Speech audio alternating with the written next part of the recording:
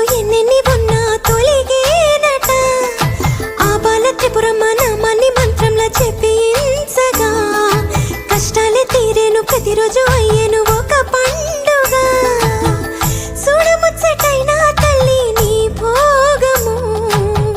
చూడవచ్చిన భక్తులది భాగ్యము జగములు కను జనని శరణము అని అనని పదముల పడి నిన్నే కొలిచేముగా చిరునగవుల నయని తలచిన ప్రతిమది